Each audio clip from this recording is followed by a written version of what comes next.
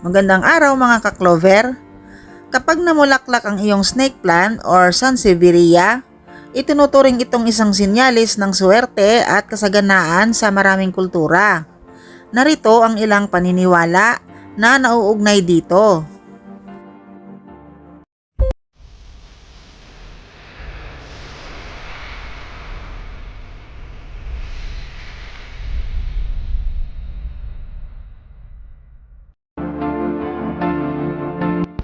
Number 1, pagdating ng kayamanan.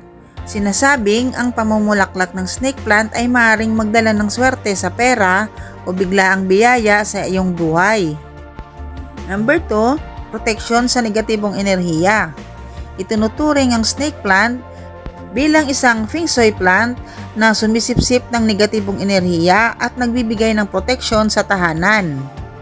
Number 3, magandang balita o bagong simula.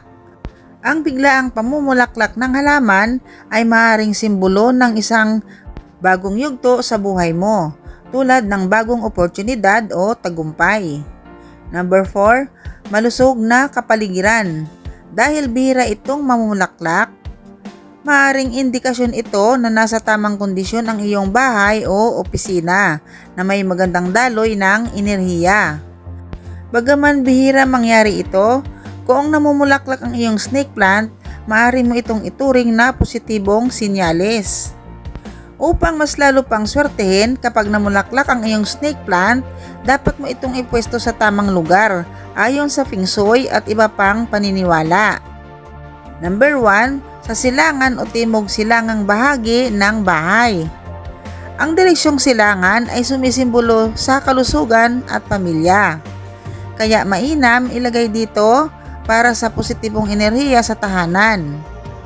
Ang timog silangan naman ay konektado sa kayamanan at kasaganaan. Kaya ito ay isang magandang lugar kung nais mong dumaloy ang swerte sa pera.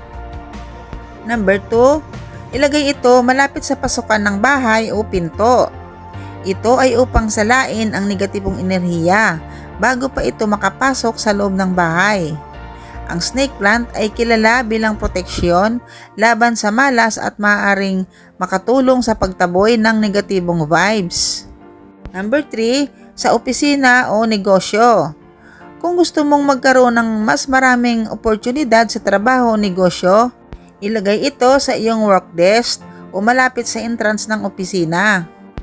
Maaari rin itong ilagay sa cash register o accounting area para humatak ng kasaganaan. Kapag namumulaklak ang snake plant, ano ang ritual na dapat nating gawin para tayo ay swertihin? Isang bihirang pangyayari ang pamumulaklak ng iyong snake plant.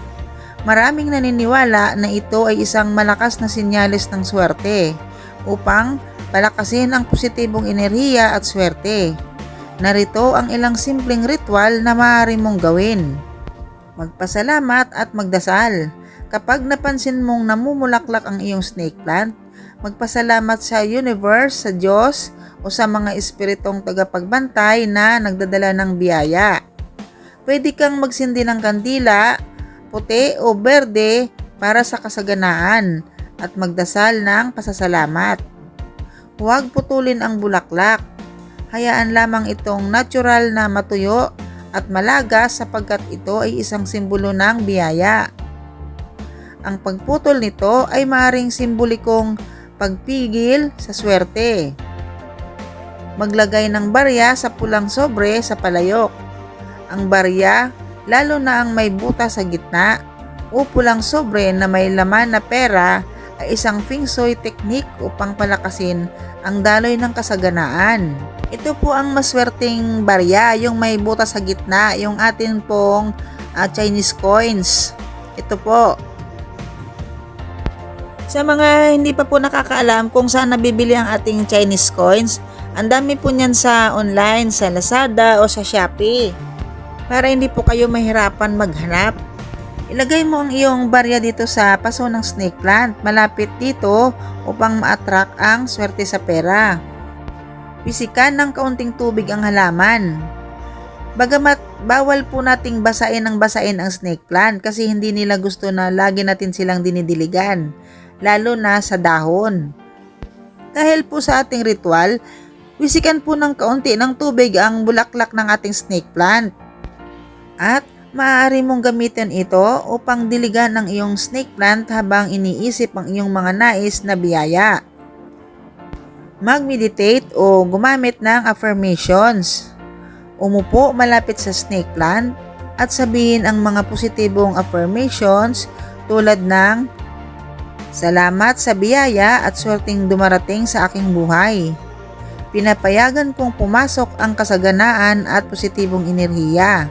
Yan po ang affirmation. Sasabihin nyo po yan kapag nakita nyo ang inyong snake plants na namumulaklak. At syempre, huwag kalimutan ang tamang pag-aalaga. Ang magandang kalusugan ng snake plant ay sumasalamin sa daloy ng swerte sa iyong buhay.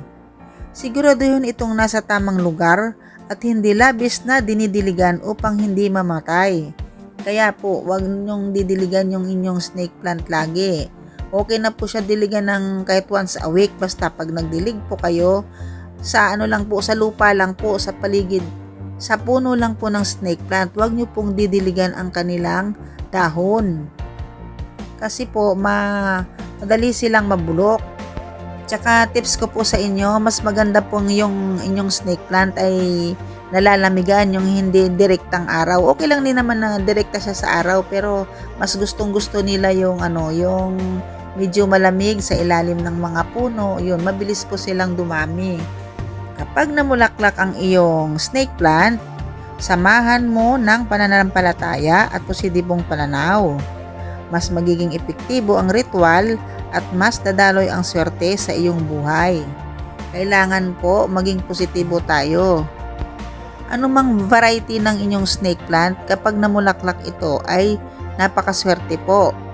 Na yun ang sinasabing once in a blue moon lang po namumulaklak ang snake plant. Kapag namulaklak ang snake plant, isa itong pambihirang sinyales ng swerte at kasaganaan. Kung nais mong ulanin ng swerte, narito ang ilang pampaswerteng paraan o bagay na maaari mong gawin upang palakasin ang positibong enerhiya. Anumang bagay na magpapahiwatig sa atin ng swerte, kailangan po tayong may gagawing ritual para umepekto po ang simbolo at kahulugan nito. Maganda ng pampayamang alay. Malapit sa snake plant, maglagay ng isang pulang sobre na may laman na barya o perang papel sa tabi ng paso. Katulad po ng binanggit ko kanina. Inulit ko lang po. Maaari ring maglagay ng bigas at asukal sa isang maliit na mangkok. Sumisimbolo ito ng kasaganaan at walang hanggang daloy ng biyaya. Maglagay rin ng isang bilog na prutas tulad ng orange o mansanas na sumasagisag sa swerte sa feng shui. Gamitin ang hulog ng langit ritual. Sa umaga, humarap sa isang snake plant. Hawakan ng paso at sabihin ng may pananalig. Ito ang sasabihin nyo mga kaklover ha. Hinihila ko ang kasaganaan at swerte sa aking buhay. Naway dumaloy ang walang hanggang biyaya tulad ng ulan. Yun po. Then, magwisik ng konting kaning tubig din na yung hugas bigas sa lupa ng snake plant para simbolo ng patuloy na daloy ng yaman. Habang ginagawa ito, isipin mo ang iyong mga pangarap at tagumpay na gusto mong makamit. Maaari ring maglagay ng pampaswerteng kristal malapit sa halaman. Katulad ng citrine, tinatawag itong merchant stone dahil nag-a-attract ito ng kayamanan. Jade, simbolo ng good fortune at financial stability. Pyrite, mukhang ginto at sumisimbolo ng kayamanan. Pwede mong ilagay ang isa sa mga kristal na ito sa lupa ng snake plant o sa tabi nito. Ipunin ang mga natutuyong bulaklak at itago sa pitaka o sa cash register. Huwag niyo po itong itatapon. Kung matuyo ng mga bulaklak ng snake plant, ilagay ito sa isang pulang tela at ilagay sa iyong pitaka o kahera ng negosyo bilang lucky charm. Magsaboy ng perang barya sa paligid ng snake plant. Isa itong old school na pampaswerte. Sabihin habang ginagawa ito tulad ng binhing tumutubo. Dumami nawa ang aking kayamanan at swerte. Pagkatapos, kolektahin ang mga baryang ito at gamitin sa unang kita sa negosyo o ilagay sa alkansya upang lumago ang pera. Maglinis ng bahay at magbukas ng bintana. Ang swerte ay dumadaloy kung malinis ang bahay. Siguraduhin ding may natural na liwanag at sariwang hangin upang dumaloy ang positibong enerhiya. Ayon sa Feng Shui, ang magbukas ng bintana habang umuulan ay simbolo ng pagpasok ng biyaya. Kaya kung umuulan at namumulaklak ang iyong snake plant, buksan ang bintana saglit para pumasok ang swerte. Kailangan positibo ang iyong pananaw para mas mabilis dumaloy ang biyaya sa iyo. Itanim ang isang sanga ng snake plant sa bagong paso. Ang pagpaparami ng halaman ay sumisimbolo ng pagpaparami ng swerte. Kumuha ng isang malusog na sanga at itanim ito sa bagong lupa. Habang iniisip na lumalago rin ang iyong kasaganaan at tagumpay. Kung gagawin mo ito nang may pananalig at positibong enerhiya, mas madali mong mahihila ang swerte at kasaganaan sa iyong buhay.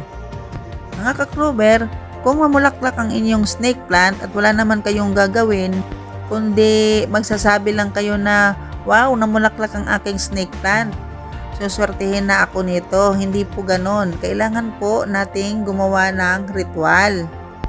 Mahalaga ang ritual sa mga bagay na iyong makamit dahil ito ay tumutulong sa iyo na magkaroon ng focus, disiplina at tamang mindset upang maabot ang iyong mga layunin. Ang ritual ay isang paraan upang ipaalala sa sarili kung bakit mo ginagawa ang isang bagay. Ang pamumulaklak ng snake plant ay itinuturing na pambihirang pangyayari, kaya maraming naniniwala at kwento ang lumalaganap tungkol dito. Isa sa mga dahilan kung bakit ito itinuturing na maswerte ay dahil sa kanyang bihirang pamumulaklak na tila isang biyaya mula sa kalikasan o isang sinyalis na darating na magandang kapalaran. Ang snake plant ay itinuturing alamat ng halamang tagapagbantay. Ayon sa isang lumang alamat, may isang mahirap na pamilya na may snake plant sa kanilang bakuran. Sa loob ng maraming taon, ito ay lumago ng tahimik ngunit hindi namumulaklak. Isang araw, nang sila ay dumaan sa matinding pagsubok sa buhay, bigla itong namulaklak. Kasunod nito, sunod-sunod na magagandang balita ang dumating sa kanilang pamilya. Nagkaroon ng bagong trabaho ang haligi ng tahanan. Gumaling ang may sakit nilang anak at dumaloy ang kasaganaan sa kanilang buhay. Dahil dito, naniwala ang mga tao na ang pamumulaklak ng snake plant ay isang sinyalis ng pagbabago at paparating na swerte. Ang Feng Shui interpretasyon. Sa Feng Shui, ang snake plant ay itinuturing na isang proteksyon at tagasipsip ng negatibong enerhiya. Kapag ito ay namulaklak, sinasabing ito ay nagpapalakas ng chi o enerhiya sa tahanan at maaring magdala ng biglaang pag-asenso sa buhay, dagdag na kayamanan o swerteng pera, proteksyon laban sa malas at negatibong enerhiya, bagong oportunidad at masayang pagbabago. Ang paniniwala ng mga matatanda. Sinasabi rin ng mga matatanda na kapag namulaklak ang snake plant ay isang malakas na tanda ng magandang kapalaran. Kung ito ay namulaklak sa loob ng bahay, sinasabing may isang malaking biyaya ang darating sa pamilya.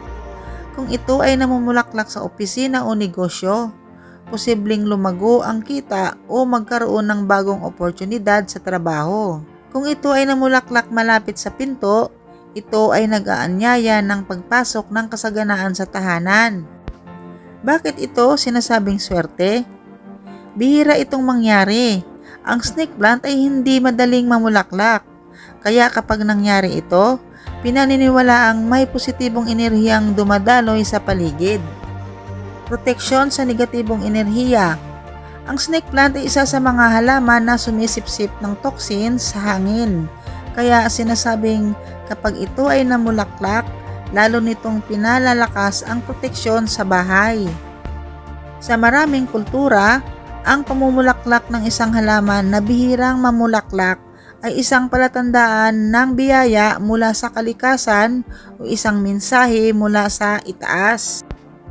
Dapat tandaan mga kaklover, kapag namulaklak ang iyong snake plant, dapat ay nasa loob mo ang tamang pananaw at enerhiya upang ganap mong matanggap ang swerte at biyayang dala nito. Dahil ito ay isang bihirang pangyayari, mahalaga ang iyong panloob na estado upang lalo pang mapalakas ang positibong daloy ng enerhiya sa iyong buhay. Dapat mo rin isapuso ang isang pagiging grateful, ay isang malakas na magnet ng swerte. Kapag marunong kang magpahalaga sa biyayang natatanggap mo, mas marami pang darating. Huwag baliwalain ang sinyalis na ito. Isipin mong ito ay isang palatandaan ng darating na magandang kapalaran. Palakasin ang paniniwala mo na may paparating na oportunidad, kasaganaan at proteksyon. Ang snake plant ay isang halaman na naglilinis ng hangin at sumisipsip ng positibong enerhiya. Kapag ito ay namulaklak, dapat kang manatili sa estado ng katahimikan at kasiyahan upang ma-maximize ang swerteng dala nito. Iwasan ng stress, galit at negatibong emosyon. Ang swerte ay mas madaling dumarating sa mga taong may payapang puso at isipan. Kailangan meron po tayong pagkakaroon ng layunin at ganitong kaisipan. Ganito, dapat sabihin mo sa iyong sarili na handa akong tanggapin ang lahat ng mabuting bagay na darating sa aking buhay. Ako ay pinagpapala at patuloy na swertihin. Ang aking tahanan ay puno ng positibong enerhiya, kasaganaan at proteksyon. Kaya kapag kayo ay nakakatanggap ng maraming blessings, o kung gusto mong patuloy na umulan ng swerte, magbigay din ng mabuting enerhiya sa iba. Maging mabuti sa iyong kapwa, tumulong sa nangangailangan at ipagpatuloy ang mabuting gawa. Tandaan, ang mabuting puso ay mas madaling tinatamaan ng biyaya. Kapag may dumating na bagong oportunidad sa iyong buhay, bagong trabaho, negosyo o magandang pagkakataon, huwag itong talikuran. Isipin na maaring ito ang biyayang dala ng pamumulaklak ng iyong snake plant. Sa madaling salita, dapat nasa loob mo ang pasasalamat, pagiging bukas sa swerte, kapayapaan ng isip at positibong pananaw. Kung mayroon ka ng mga ito, mas madali kang maaabot ng biyayang maaaring dala ng pamumulaklak ng iyong snake plant. Yung mga wala pa pong snake plant dyan, mga kaklover, sana sikapin yung magkaroon kayo dahil maraming benepisyo ang binibigay ng mga halaman, lalo na yung snake plant. At napakadali lang po niyang alagaan. Basta tandaan nyo lagi, kapag kayo ay may halaman na snake plant, huwag nyo silang didiligan sa kanilang dahon. Pag nagdilig kayo, ay laging nasa lupa lamang, nasa tabi ng kanilang puno. Pero kung ulan po, mas gustong-gusto rin nilang nauulanan. Iba kasi ang tubig ulan kaysa dilig na galing sa gripo. Kaya para magkaroon ng pag-asa para gumanda ang buhay, magtanim na po tayo ng snake plants. Pero mga kaklover, huwag pong umasa sa bulaklak ng snake plants para kayo ay umaman ha, hindi po ganon. Kailangan magsipag, magtiyaga at may positibong pananaw. Kung naniniwala kayo sa Feng Shui, ang snake plant or Sansevieria ay kilala sa malakas nitong enerhiya dahil sa mga sumusunod na dahilan. Isa itong protektibong halaman. Ang matutulis at matitigas na dahon nito ay sumisimbolo sa espada upang harang sa negatibong enerhiya, Shachi o bad energy. Pinoprotektahan nito ang tahanan o opisina mula sa malas, inggit at negatibong enerhiya na maaaring dumaloy sa paligid. Ang snake plant ko po ay puro bonsai na snake plant dahil may espiritu ng bonsai, tagumpay at pagkontrol sa enerhiya. Pinatatagal ang swerte. Ang bonsai ay sumisimbolo ng maingat na pagpapalago ng yaman at swerte sa mahabang panahon. Balansing enerhiya. Dahil ang bonsai ay isang miniature tree, ito ay may yin-yang harmony na tumutulong sa pagpapapanatili ng balanse sa buhay, negosyo at tahanan. Sinyalis ng sipag at tiyaga. Ang isang bonsai ay nangangailangan ng pag-aalaga, kaya ito rin ay sumasalamin sa dedikasyon at pasensya na susi ng tagumpay sa buhay. Ang pagsasama ng snake plant, proteksyon, paglago at kasaganaan. At ang bonsai, kontroladong swerte at balansing enerhiya, ay gumagawa ng isang napakalakas na pampaswerte na halaman.